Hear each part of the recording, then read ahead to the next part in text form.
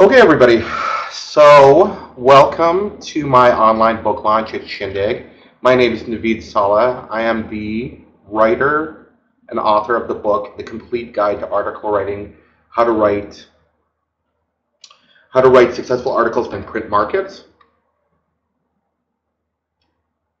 I'm going to be with Shindig today. I know that Shindig has hosted events from various other speakers, and a lot of really great things are happening at Shindig. It's great to be using this new technology. I really look forward to speaking with you about my book today, and I think it's a really good book. I think it'll help a lot of people. So before I begin, I just want to thank a few people. I wanted to thank Rachel Randall, my editor at Writer's Digest Books, for her help. I also wanted to thank Phil Saxton. He's the publisher at Writer's Digest Books. They really helped me get out the book that I wanted and I needed to get out, article writing. I felt a real need to educate people about how to write articles for the public and about writing style. And Writer's Digest book was very helpful with this goal. Okay, so this talk is going to be made up of about 10 points, and I'll list the points. And I think each of these 10 points reflects a lot of the content that's in my book, but also I think that the 10 points kind of reflect the way that journalism is right now, the status quo of journalism. My book is intended for people who want to write articles, and by articles I'm talking about opinion articles, news, blog postings, features. Those are the four principal types of articles I'm talking about. But my book will also teach you about style, writing style too. Writing style is defined as basically conventions that are pretty much universally accepted among writers and editors. And these conventions deal with word usage, grammar, syntax, and so much more, punctuation, and so much more. So my book will not only teach you about style, but it will also teach you about article writing, and then it will also teach you about journalism, the history of journalism, values that journalists hold. It'll teach you how to get published if you want to do that. It'll teach you how to build up a platform, which is so important. So there's a lot of great information on my book. I mean, like I said, it's intended for journalism students and even experienced journalists, but anybody who really wants to learn better, even if they want to just write a few articles to pad their resume, to make them look a little bit better to their employees and their colleagues, or just, for fun, write a few articles. This book would be a good addition to their library. And additionally, I've even had high school students say that they enjoy the book. So, I mean, it's a broad audience. Okay, so point number one.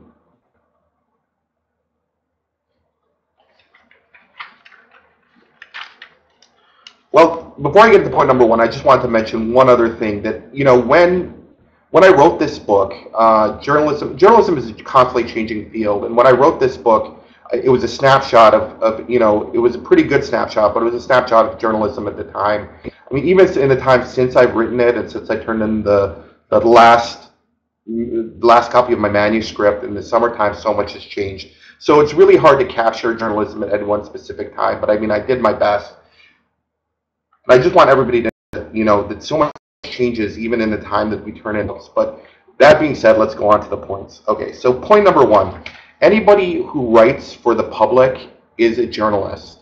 Journalism isn't, you don't need a license to practice journalism. You don't even need to go to school to practice journalism. A lot of the old school journalists never even went to college. So as long as you get the information and you're able to understand the information, you're able to understand style and article writing, you can consider yourself a journalist. And I think that that's an important point. I mean, it's a very egalitarian field.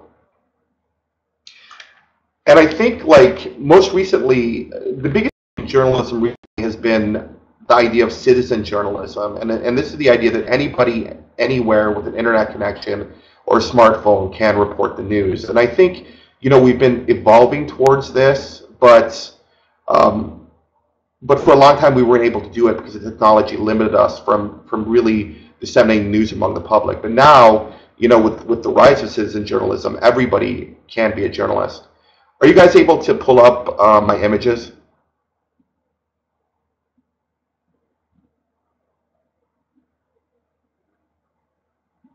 Yes, that's the book. Not that one. Not that one. Yes, that one. So movements in journalism.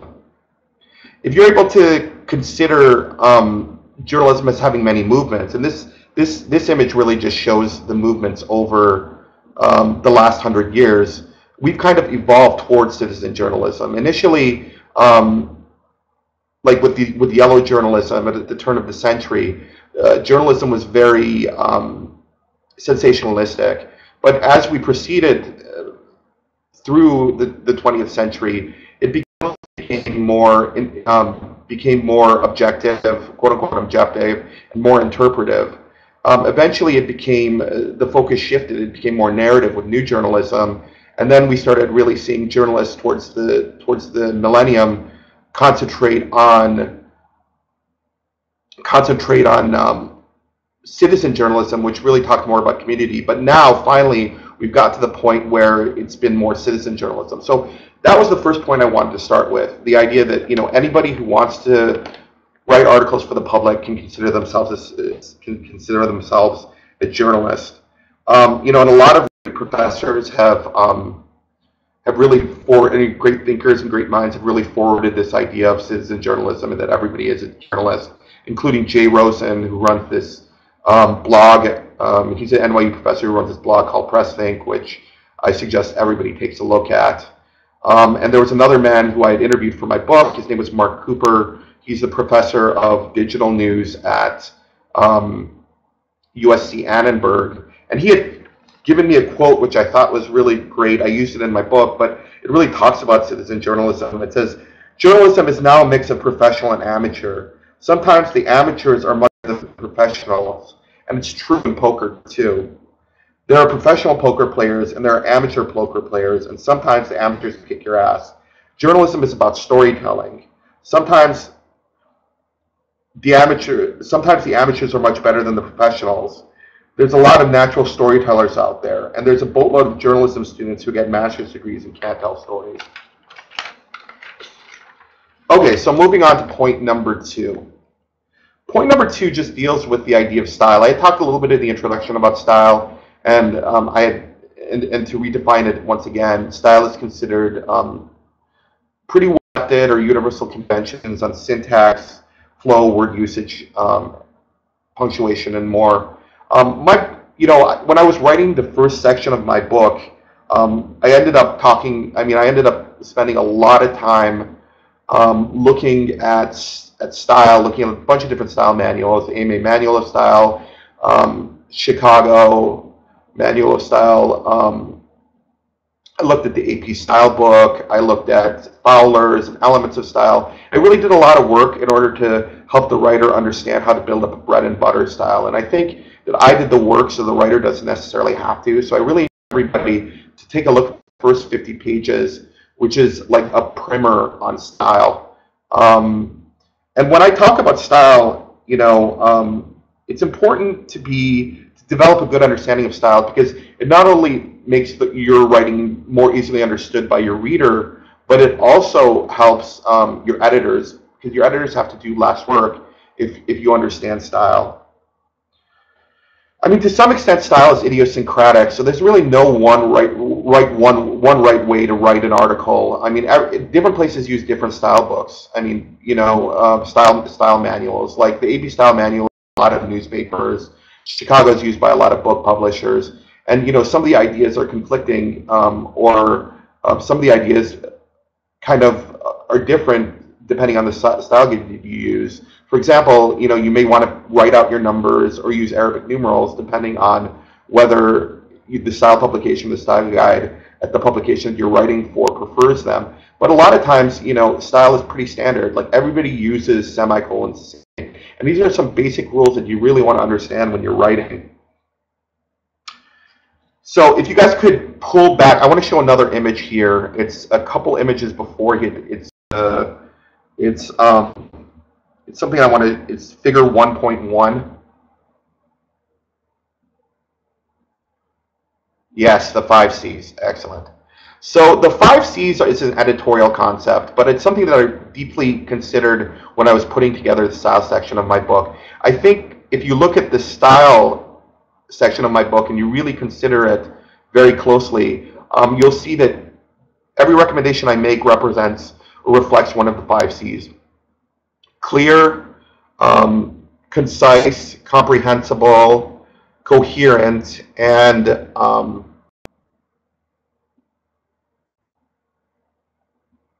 can't make out that last one.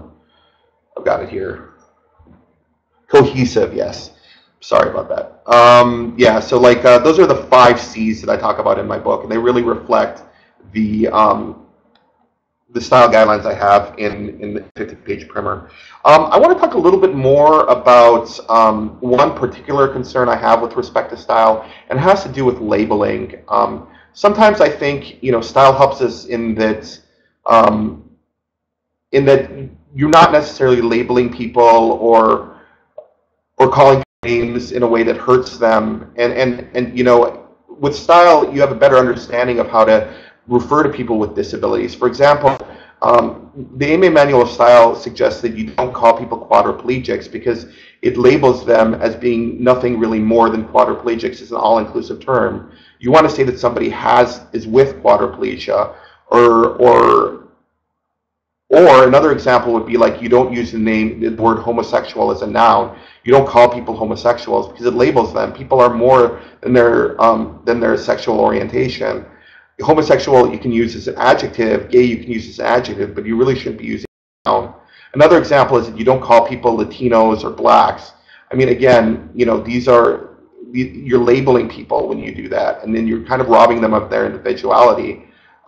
You can say somebody's of Latino descent, and similarly, you really want to be very careful with the way that you refer to people because words can inspire, but they can also hurt, and you always want to keep that in mind.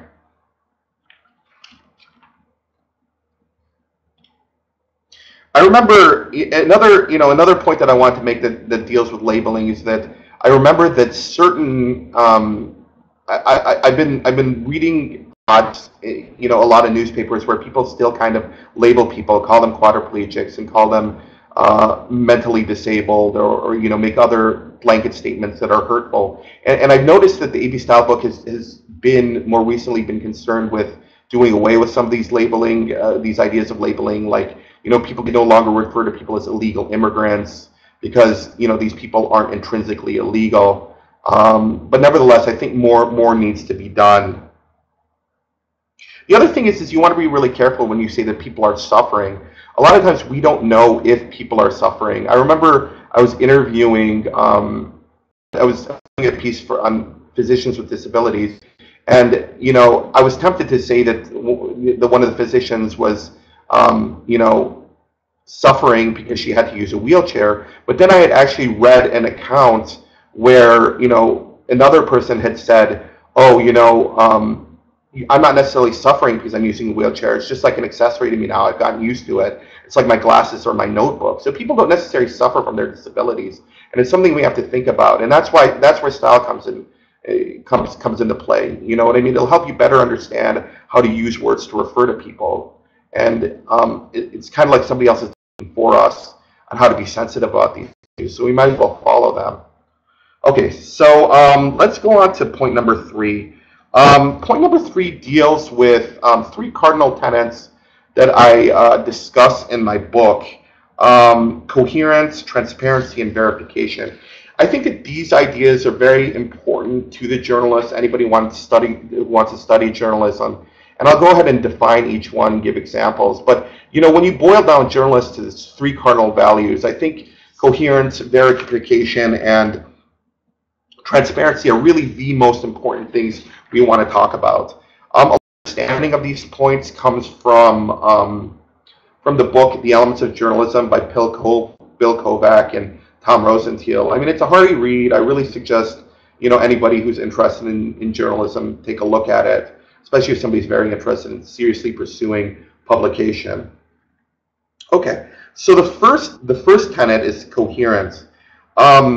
Coherence basically means that when you're writing, you offer your reader options. So if you're writing an article, you don't present only one side of the article, because that explanation wouldn't be coherent. That presentation of your article wouldn't be coherent. I mean, it sounds enough, but a lot of times people make lapses in what they present in an article. Bill Keller, who was the former executive editor of the New York Times, once said, quote, "We strive for coverage that aims as much as possible to present the reader with enough information to make up his or her own mind." That's our fine ideal. And, you know, in order for the reader to make up his or her own mind, there has to be coherence. There has to be options. So let me give you an example of coherence at work. Let's say that you or somebody else was writing an article about tort, which is basically civil lawsuits. So if somebody botches a circumcision on your kid at the hospital and then you sue the hospital, then that would be tort. Okay, so you know, there are a couple of ways of looking at tort. A lot, like most recently, a lot of Republicans, especially President Bush and so forth, have really looked at tort as being, you know, it needs to be reformed. We need to cap we need to cap the amount of money that people get from lawsuits, and we need to cap the amount of money that corporations pay out in lawsuits. So that's been tort reform. It's gotten a lot of media. But if you consider tort from only this one aspect in your article, if you only took the angle about tort and tort reform, you would be missing out a whole nother option, which is support for tort. I mean, there are a lot of people who support tort, including Ralph Nader, a consumer advocate. Consumer advocate in Ralph Nader, who's very famous, and he said, and he thinks that, you know, that tort reform is corporate welfare. So if you were doing an article on tort, very generally, you would want to take a look at both tort reform and support for tort. That would be a coherent presentation of the topic. So that's coherence. The second really important point I want to bring up is transparency. This tenet of journalism is very important, because in order for journalists really to do a good job, they have to be pretty transparent about what they're presenting. They need to be able to disclose any conflicts of interest. For example, if you were working for if you were writing a column for a financial publication, and you were consulting for a hedge fund, and you decided to talk about that hedge fund in your column for the publication, you'd want to disclose that you were consulting for that hedge fund, because if you didn't, there would be a lack of transparency. It's not simple enough. It sounds like something that everybody would do, but a lot of times publications aren't transparent, and that's when problems come in. For example, in 2001 and 2002, the New York Times ran a series of articles by now disgraced journalist.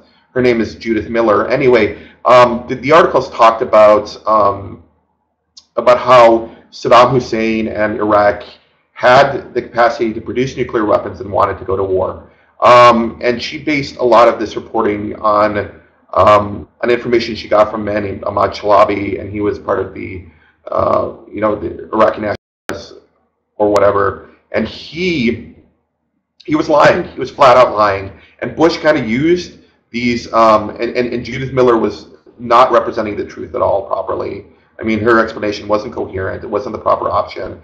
And President Bush used this information to kind of rally us up to war and put a lot of the soldiers' lives at risk, you know, in order to go to war with Iraq over the threat of nuclear weapons. And it soon became apparent to everybody that Iraq didn't have nuclear weapons, and that Ahmed Chalabi was lying, and that Judith Miller's reporting was erroneous. But it took a long time in the New York Times to really show that transparency, you know, say that their mistakes were made, you know, say that Judith Miller's reporting was erroneous. And by that time, we had already been at war. I mean, there were limited retractions, limited accountability, and limited transparency. So this just really stresses the point that transparency is very important among journalists. Okay, so that was transparency. The third tenet I want to talk about is verification. And verification and attribution are very closely related concepts. So every time that you write an article, you want to be able to attribute it to something else, some research that you've done, some peer-reviewed research, some interview with an expert source. You don't want to go around writing stuff and then not have any reason, not have any basis for what you've written. You don't want to be making stuff up. I mean, people deserve to have news and deserve and expect to be entertained and engaged with news that's verifiable. Like, for example, if you were going to write about job growth, and I know job growth has been a big issue the past few years, we all know that, you're going to want to talk to an economist. You don't want to just write something, without having spoken with an economist about the issue. You want to talk with an expert about the issue. Or if you're going to write something about medicine, then you're going to want to look into the peer-reviewed research. You want to look into research that's been reviewed by physicians and researchers. You want to, the things that have been, sources that have been vetted, attributable sources that have been vetted. You want to look at New England Journal of Medicine. You want to look at Lancet. You want to look at JAMA. You just don't want to, you just can't do a cursory Google search or look on Wikipedia and then write stuff. So that's the big, I know it sounds pretty simple. It sounds like everybody would engage in verification, but it's not always the case, and it's kind of sad, Okay, so those were the three main values or tenets regarding journalism that I wanted to present. Verification, transparency, and coherence. Okay, so let's move on to point number 4. I just wanted to talk a little bit more generally with point number 4 about articles and what they are, and then specifically discuss blog postings a little more, because I think my book has a really kind of novel approach to blog postings. So if could you guys pull up figure diagram 6.3? Yes, excellent. So diagram 6.3 really talks about this continuum that I see articles being on. I see articles as lying on a continuum. I see a lot of things. Actually, I think spectrums and continuums are a great way to think about things. I think of a lot of things in terms of spectrums and continuums. For example, I think sexuality exists on a spectrum, but nevertheless.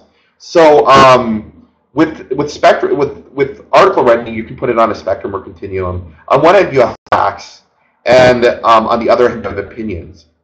On one end, with the facts, you have news. News is basically made up of facts. I mean, there's some interpretation of facts, because sometimes if you just present a fact and it's out of context, nobody's really going to understand it. So you have to do it. There's some judicious interpretation, but for the most part, news articles are fact. In the middle, you have features articles, and features articles are fact mixed with narrative, mixed with opinions of experts. I mean, it's kind of a little bit more mixed, but it's not. You don't really present your own opinion in features articles, really. But on the other end of the spectrum, you have opinion articles, and these are like editorials or op-ed pieces, and you have blog postings. A lot of times you do use opinions, and you present opinions, and then you kind of support, you bolster these opinions, or you buttress them with arguments, and you kind of use facts in those arguments. But for the most part, the blog postings and the opinion articles are pretty much opinion fueled. So that's kind of the continuum that I see articles as being on. I think it's kind of a novel approach. My thoughts about articles, in this fashion, but it makes sense to me, to think of articles on this spectrum. And I think once you think about articles in this way, you'll kind of see, how all articles are in a way interrelated. Okay, so now I wanted to talk a little bit more about blogs or blog postings, which are really a very specific type of article. Can you guys go to figure 14.2, diagram 14.2?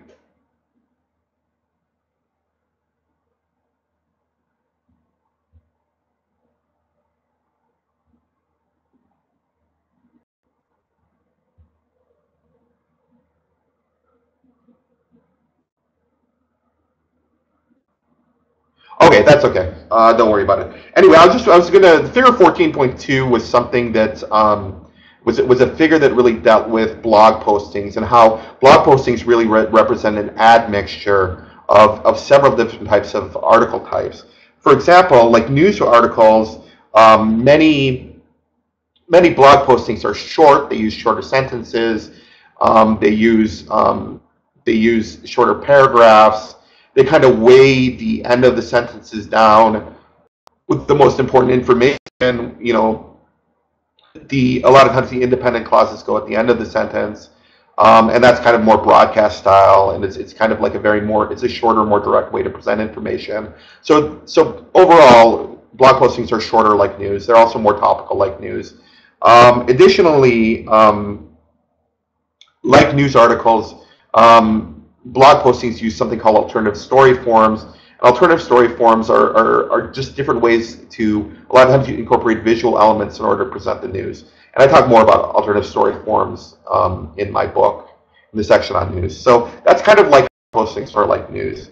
Like features articles, blog postings rely on a lot of narrative and storytelling elements, and structural elements such as engaging leads, kickers, which are conclusions, and leads are actually introductions, and a lot of organizational elements like headers and so forth. So we kind of see a lot of, in a lot of ways, blog postings are like features in that way. And with respect to opinion articles, blog postings are, they present opinion, but a lot of times they use strong arguments, just like opinion articles, to support that opinion. A lot of like opinion articles, blog postings have a very personal feel to them.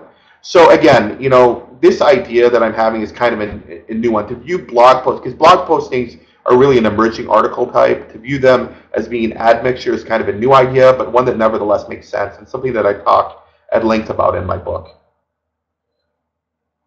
Okay, could you guys go to figure 12.2, diagram 12.2? Yes, thank you. So I briefly mentioned alternative story form. This is just kind of an aside, but I want everybody to see what an alternative story form looks like. Basically, an alternative story form is something that you see in a lot of blog postings, but it's a type of news article. And basically what it does is it uses visual information and fact in order to present a story. Here we see how increased spending at the Chicago Field Museum didn't lead to increased attendance. That's basically the point of this alternative story form. But if you kind of look, they've done some cool visual stuff here where they put like the T-Rex skeleton in there and then the mummy. Anyway, this is basically one type of alternative story form. It's called a charticle.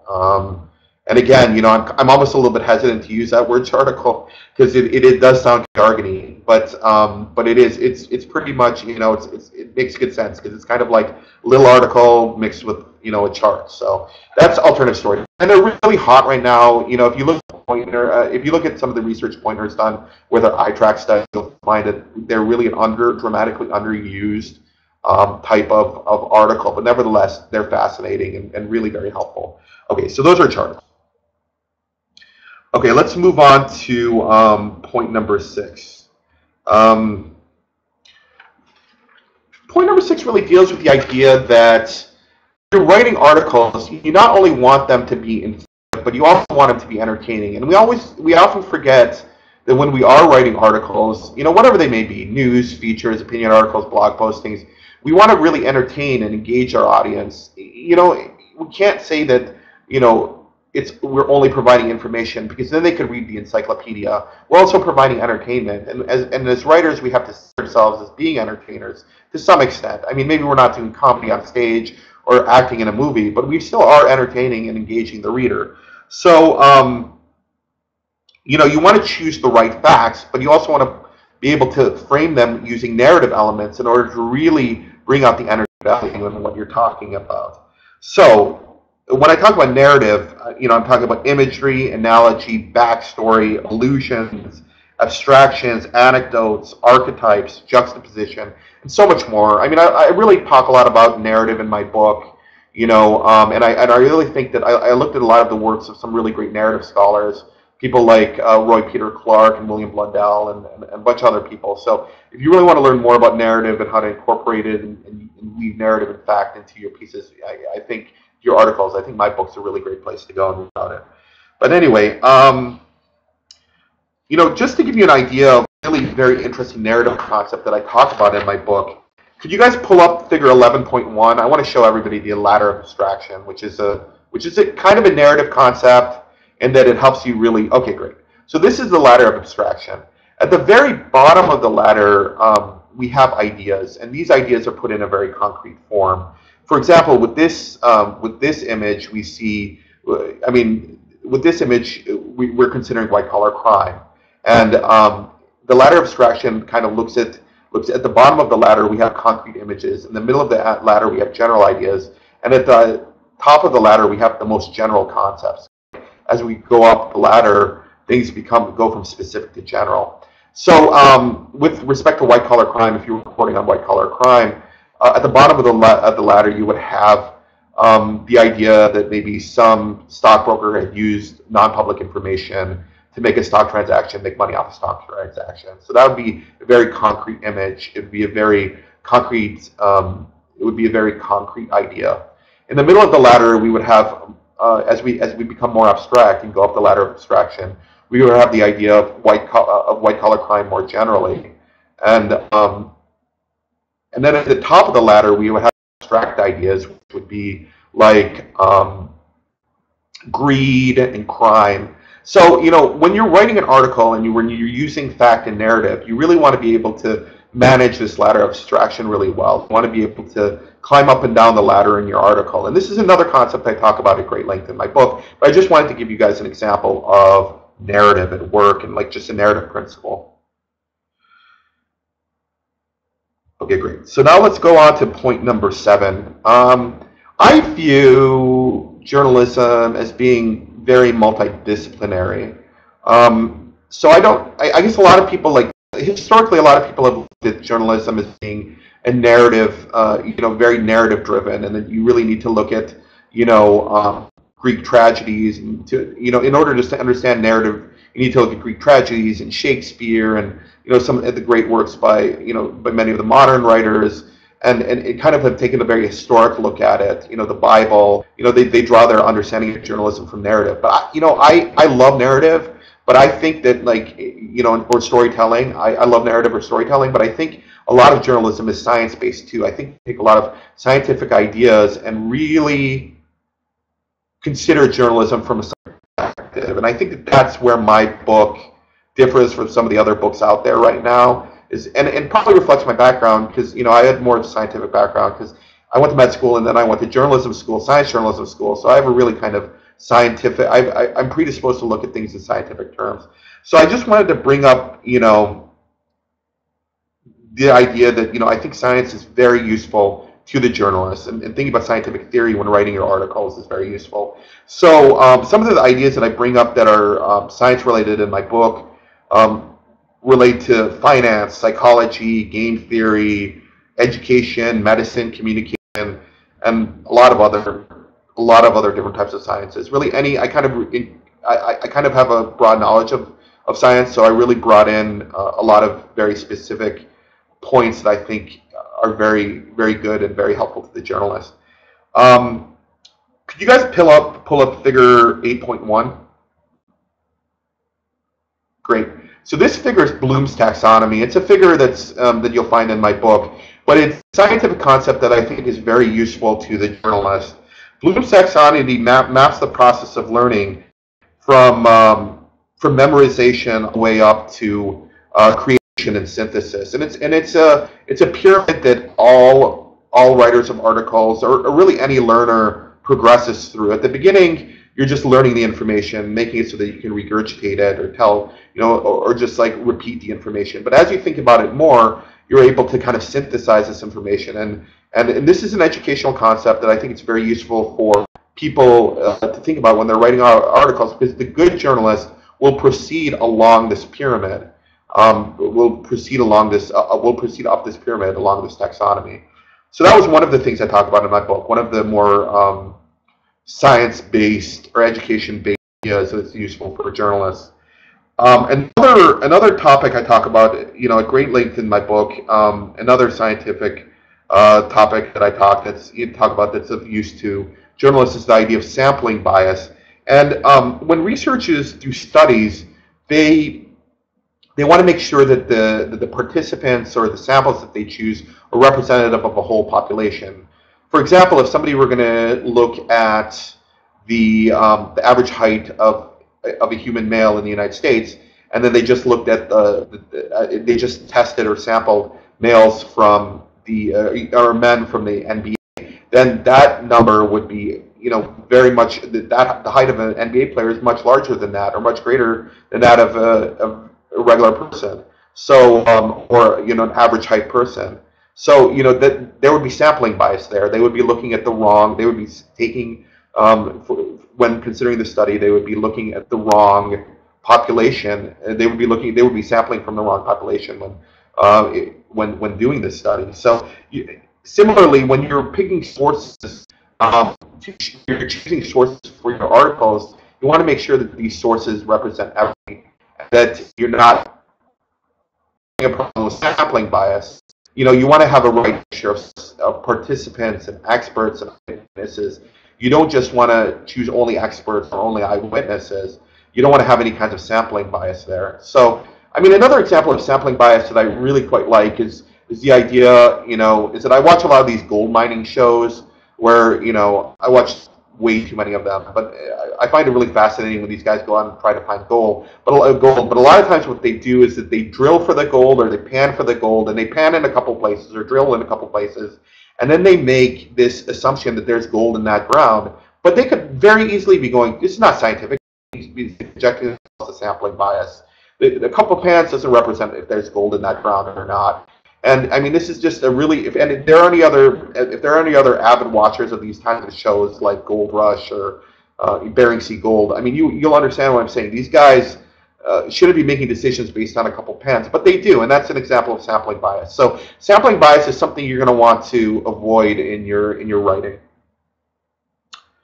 So let's go to, there's another point I want to talk about. It's called the probing principle. It's kind of a games theory principle. It's something I bring up in my book, but I also want to bring it up as an interesting scientific correlate to journalism that I highlight. So could you guys pull up figure 14.1?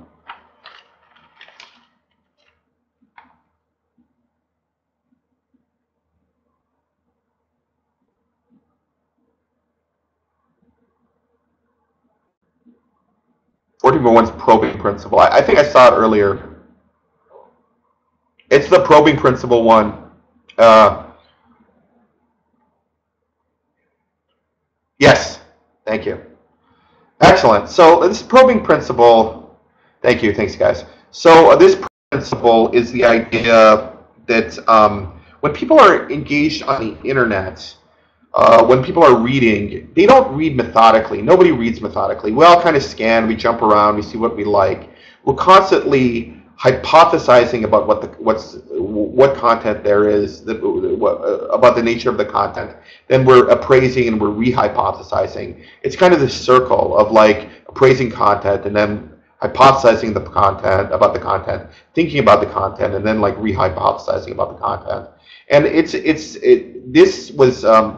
idea originally came from a man named James Paul Gee, and he is actually a games and education scholar. And I think it's really relevant when thinking about writing your articles. You want to think about the probing principle. You want to be able to make it easy for your reader to hypothesize about the nature of the article. You want to make it easy for the reader to appraise the nature of your article and make a decision whether to sit down and actively engage themselves and methodically read through the article.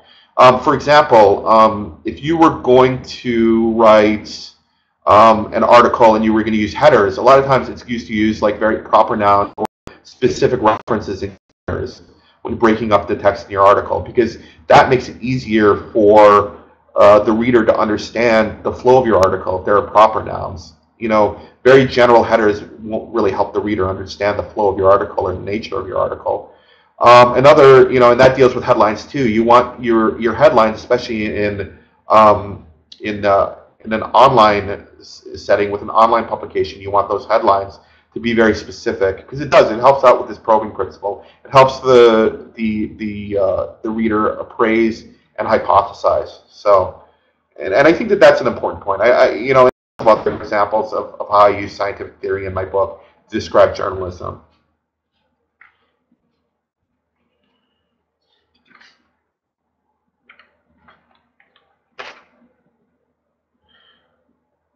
Point number 8 really deals with the fact that, I've been noticing that a lot of publications aren't very scientific in their approach to journalism. Like, you see a lot of decisions being made that end up costing these publications a lot of money, and I talk a lot about these decisions in my book. A lot of publications they're not they're kind of stopping. They kind of cut their print publications in order to put news online. But whether these, because they think that digital reigns supreme, and to some extent digital does reign supreme, but when it comes to at the cost of print publications, it may not be a very good idea. And what makes these decisions scary is that a lot of them aren't based on science. So I'd really like to see more scientific or empiric or research-based decisions made by publications in the future. If you're going to decide to cut your print if you're a big newspaper and you're going to decide to cut your print publications by half, you may want to do some testing of your population, testing of the readers out there, to see if that's something that they want, or really get their feedback. You may want to look at the research that's being put out by places like Poynter and Columbia, instead of just making decisions willy-nilly and not really thinking about things. I mean, you see a lot of this problem with magazines. Magazines, like there was a couple of years ago, there was a study done at Columbia Journalism that basically showed that a lot of magazines are just dumping their content onto the web, and then basically scanning pages in and then calling that digital. And that's not digital. Nobody really wants to just read a magazine in a PDF. That's not fun. A good idea would be something that when you see it Wired, where they make it a little bit more interactive. But if people have engaged in a little more research and read these studies done by places like Columbia, maybe they wouldn't just dump their magazines, wouldn't just dump their stuff on the internet and then call it digital. So I'd like to see, in the book I talk about scientific principles in journalism, which I talked about and how they relate, which I talked about in the previous point. But I'd also like to see just more decisions being made by publications, and just the appreciation of publications shifting towards a more scientific appreciation, and empiric or research-based appreciation. I mean, there's a lot of research being done out there, but there's a disjoint between the research that's being done and the application of this research. And I think that that's something that should really kind of improve in the future. Point number 9. Point number 9 is kind of an interesting point in that I get asked it a lot, and there's no really right answer. Really depends on the person. But nevertheless, the point number 9 is, where does a beginner get published? And I talk a lot about publication and platform building in my book, and I think that if you're a beginner writer and you want to get published, it's probably one of the most important questions that you may have is, where do I get published? So if you guys could pull up figure 6.0, it's like a Venn diagram. Yes, thank you. So in this figure, we see the different types of writing you can do for people. You can either write for an academic audience, and these are like your publications for journals that are peer reviewed, or a lot of times your academic journals. These are for the academic audience. In the middle of this diagram, you see writing for specialized audiences, which is like association magazines and hobbyist magazines. And on the far side of the diagram, you see writing for just the general public, so newspapers and magazines of general scope. I honestly think when you're writing for the public and you're a beginner, the best place to start is writing for these specialized audiences, right in the middle of this Venn diagram, because you're going to get a lot of times associations and newsletters at different associated with different associations and companies, and hobbyist magazines. They have admirable audiences, but their audiences aren't so large, and the number of pitches they received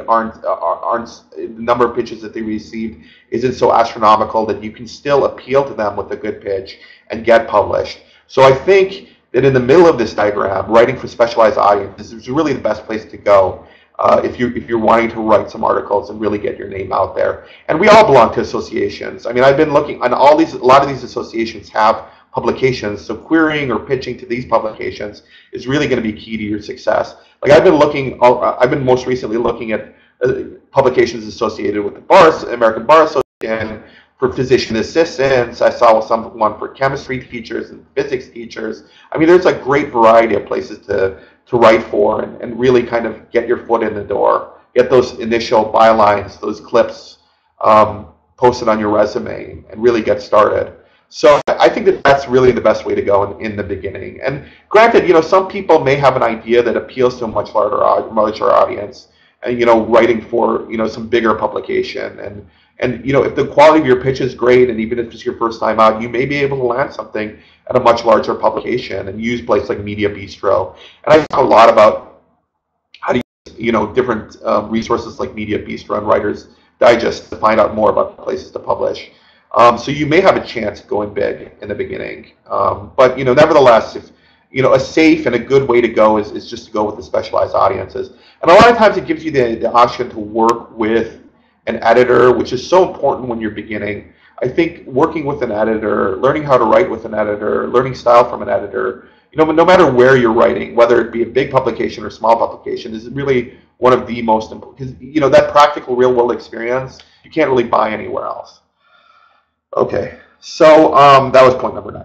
So point number 10, it really talks about platform development. And in my book, I talk a lot about platforms. And just platform is the way you interface or you connect with your audiences. And we all need platforms. I mean, writers obviously need platforms in order to get work and to remain published. But everybody in every line of work, if you're working with the public, if you're some kind of service position, I mean, it's good to have a platform. And that's where article writing comes in. Article writing can strengthen any platform, whether if you're a writer or not. So you're going to want to have that platform. I mean, you're going to want to have a Twitter account, a Facebook account. You're going to want to have a website presence.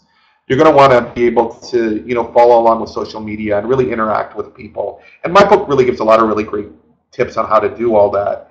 And I think, depending on your interests, you want to look into things like Tumblr or Reddit or Pinterest and really kind of use what's out there. I mean, the great thing about developing a platform nowadays is everything's free.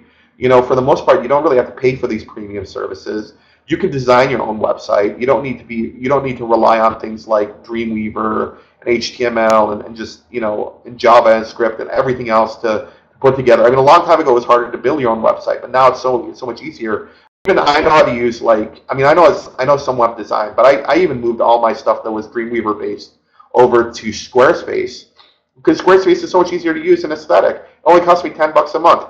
I mean, you don't need to spend thousands of dollars to develop a platform. So anybody who's out there, and I've been talking to a lot of journalism students about this, anybody who's out there, it's never too early to start building up your platform, really using what you have, what resources you have, and what tools you have. I mean, another really great thing about platform building is that not only is it's free, it's fun. I mean, it's fun to build up your platform, to really interact with your audience and accept them as friends. I mean, sometimes you can have really great Twitter direct messaging back and forth. I've had some really great interactions with some of the people who've read some of my stuff, and I've really learned a lot from other people. It's a really kind of it's a measured and fun way to really interact with an audience. So everybody needs, no matter really what you do. I mean, everybody at this point, with the internet age, with the advances and everything, we all need platforms. Okay. So I just wanted to end with just a couple thoughts about articles and article writing. When I think about what I do or what I'm trying to teach here, it's really my goal to help anybody learn how to write better, in particular professionals. I mean, I've kind of geared this towards professionals, but again, professional has a broad meaning. But that's my goal, is to help everybody learn how to write better. I mean, and that includes principles of style and ideas about how to write articles and information on how to structure articles. But just most generally, I just want to make sure that everybody who reads my stuff gets a better understanding of how to write. And the way that I view writing is that I kind of look at it as like quilt work or mosaic work. Like, of course, there's some putting together tiles, or putting together swaths of material when you're quilting. But but to some extent, there's also the materials don't really change. The facts and the narrative ideas that you're using don't really change. So you kind of like when you're doing mosaic work and you're putting tiles together, the tiles may not change. You may be able to we might be able to all procure those tiles, but the way that we put those tiles together, that changes. So it's just this idea that I can teach you how to get those tiles from mosaic work. I can help you, kind of better understand how to put those together. I mean, to some extent, you can't always teach natural talent, but you can teach a lot of other different aspects of it. So I kind of like this analogy of tile or mosaic work, or even quilting. So I think that really kind of represents where I'm going at with the complete guide to article writing and a lot of my other efforts. And I just another thing I want to talk about is just the power of one. We live in a world where we can basically accomplish anything by ourselves we can report the news, we can build our own platforms, we don't need anybody else's permission to do such things. And I think that reflects the fact that, you can very much empower yourself, using my book and other materials out there, to learn how to write better, learn how to write better articles. Like I often think of this line from a song by the Magnetic Fields by Stephen Merritt, and it's called the song is called "The Little Ukulele," and the line goes, "Well, an orchestra can tell you pretty stories, but this little ukulele tells the truth." And to some extent, we're all little ukuleles, and we can all tell the truth. And I think that that's a very powerful concept. So, if anybody wants to contact me, please do so. My address, my email address is pretty well disseminated. It's all over the place, but it's writer@naveedsaleh.com. You can find it pretty freely on the internet. I'm also a writing coach, and I run the San Diego Writers Institute. So anybody who wants to work with me or consult with me, I consult through Writer's Digest. Anybody who wants to work with me or consult with me, that's an option. And I really I want to thank Shindig again and everyone else who helped put this book together. It was a lot of work and a lot of fun. I lost about half my hair writing the book, but I'm saving the other half of my hair for my next book. So I'll be completely bald by the time the second book comes out. Okay, so any questions?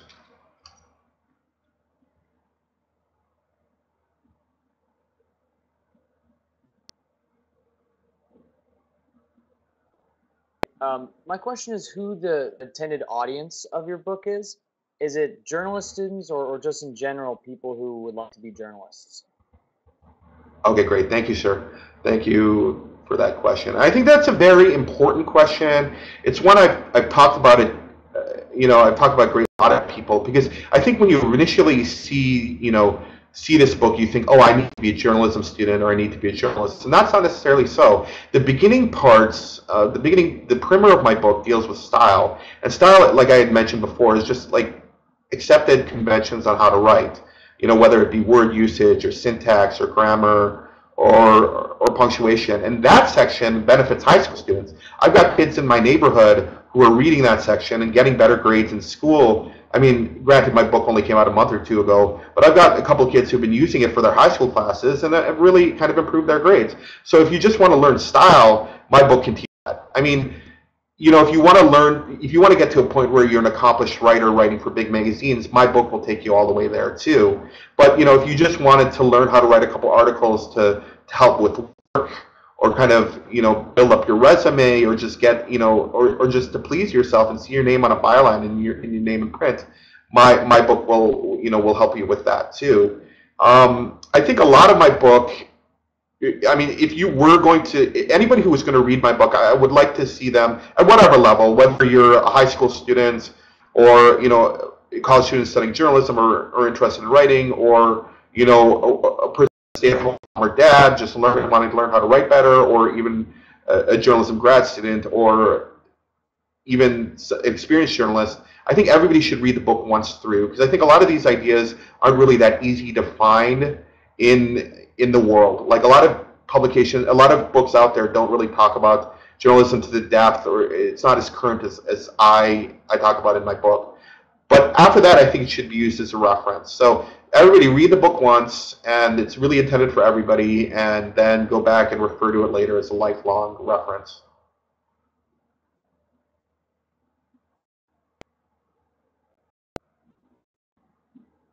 Hello, Naveed. How are you today? Hi, Mike. How are you, sir? Good. I'm great. So I have a question for you, Thank and you. actually after that I have a follow-up question. So Sure, in go terms ahead. of journalism, can you work independently, or do you have to offer any like one-on-one consulting or seminars when you're trying to set up your business? So just repeat the question for me again, sir. The question is, can I work independently as a journalist, or should I set up or offer any one-on-one consulting or seminar sessions to try to Okay, drive business? that's good. That's a good question. I think initially you're going to need to set up a good if you want to get into consulting, because this is something I've been bridging most recently. If you want to get into consulting, you want to be able to set up, you want to go individually, you want to be able to publish a variety of publications, really build up your skill set, and then once you have a full resume of really great clips, then you can probably start consulting. But I think the way that journalism is going nowadays, it's pretty much an individual endeavor.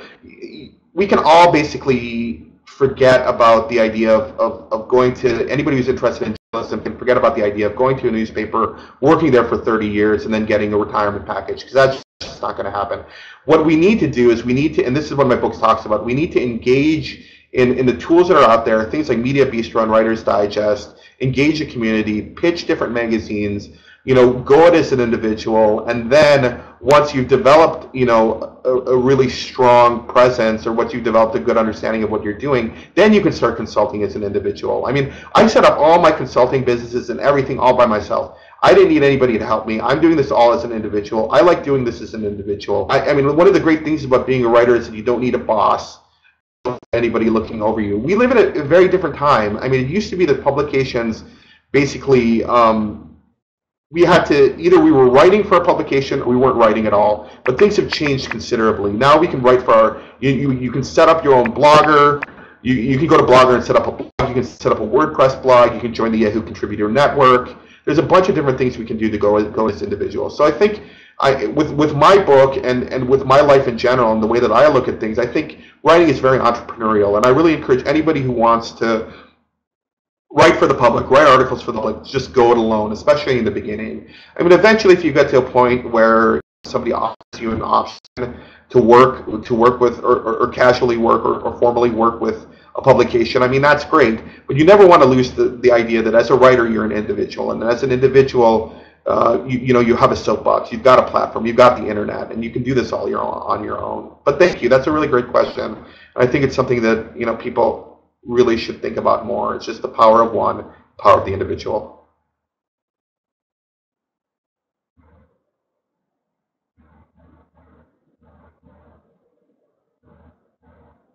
Hi, Philip.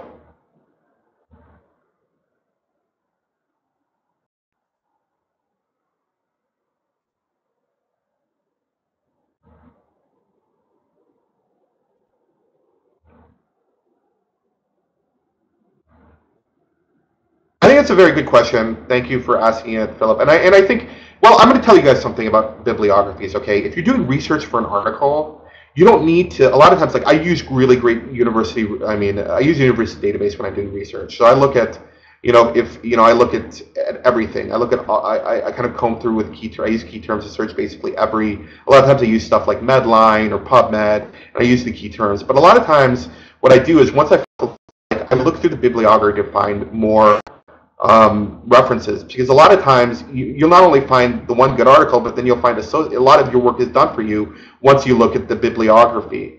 A bibliography gives you a good idea of where the writer has been with respect to his research, with respect to his thinking. It provides this like lineage of the article, the development of the article, the creation of the article. And I think to really understand where a writer's coming from, it's important to look through and get inspired for your own future work.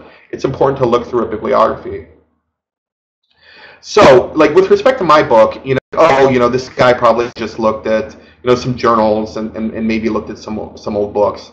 when I wrote this book. And that's, my bibliography is very dynamic. I didn't just look at some old books and some old journals. I looked at television shows, I looked at movies, I looked at documentaries, I listened to a lot of NPR, and I documented all that. I mean, you can really see, in order to put it together like this, that's just really very cutting edge, state of practice. You need a lot of very current sources, and you need to get them from a bunch of different places. So anybody, just to understand where I've been, I think, or just to get inspired to read more, everybody should be looking at the bibliography of my book. Furthermore, I think just to learn how to do better research, everybody should be looking at not only the bibliography of my book, but all bibliographies in general. So I think, we underestimate the value of a bibliography. Once you realize the power of the information in bibliography, you can be, in a way, you're emancipated. You're free to examine ideas in your own way, and you're not restricted to the interpretations of just the writer. Once you understand their bibliography, you can interpret that information on your own. But thank you. That was a good question. I appreciate you asking.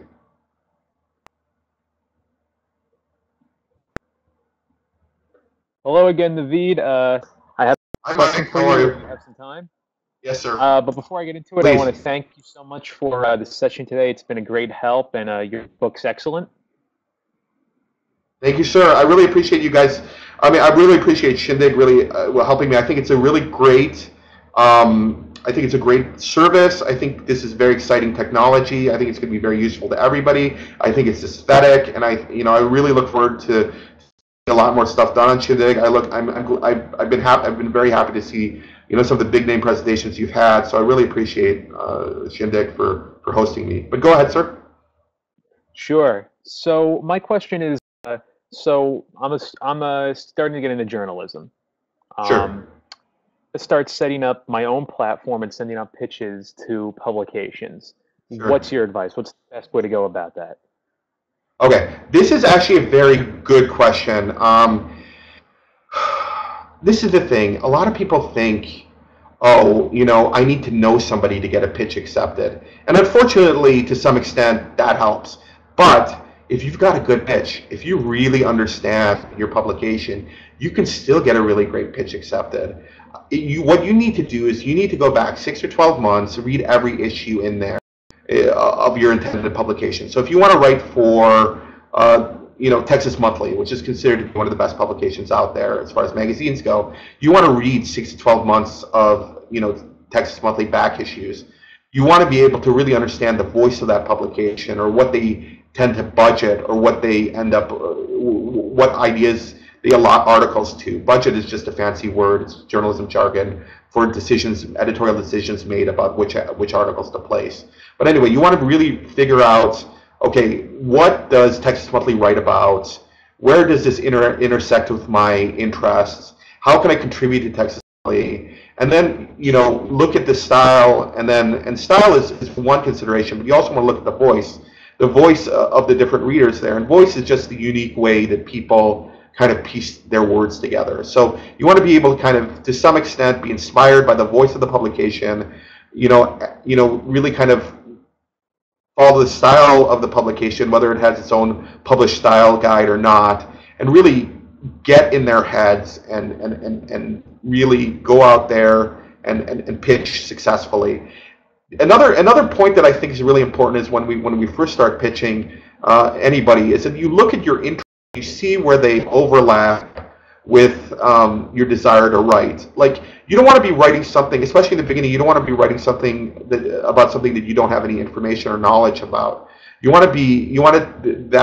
if you like motorcycles, then you want to merge that interest in motorcycles with your desire to write articles. You might be looking at motorcycle hobbyist magazines or motorcycle newsletters put by associations. That's a good place to look for overlapping, where your interests overlap with your desire to pitch. So fundamentally, I think a sound pitch is going to open doors.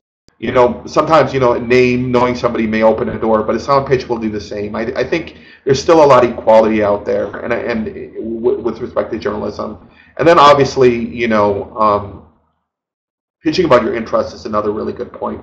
One thing I'd like to talk a little bit too, and this is kind of a related point, but I think it's very important. Like, we're living in times where iconoclast rule. So, the power of the individual, the power of the person who kind of breaks the mold, it can be great. And to some extent, journalism has become more receptive to different voices. So I think now more than ever, especially like since a lot of magazines are off a lot of their full-time staff, I think now more than ever, an individual who wants to pitch or publish has a really good shot. So I mean, now they're thinking about new voices and new ideas. But nevertheless, do your research, look back several months, get to know that publication real well, get to a point where you even become a fan of that publication, and then pitch them. I think that's the best way to go.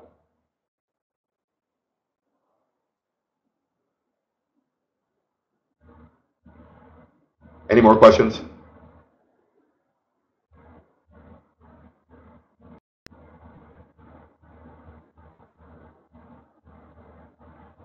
Thanks, you guys. Thanks, everybody. Appreciate it. Sign off now.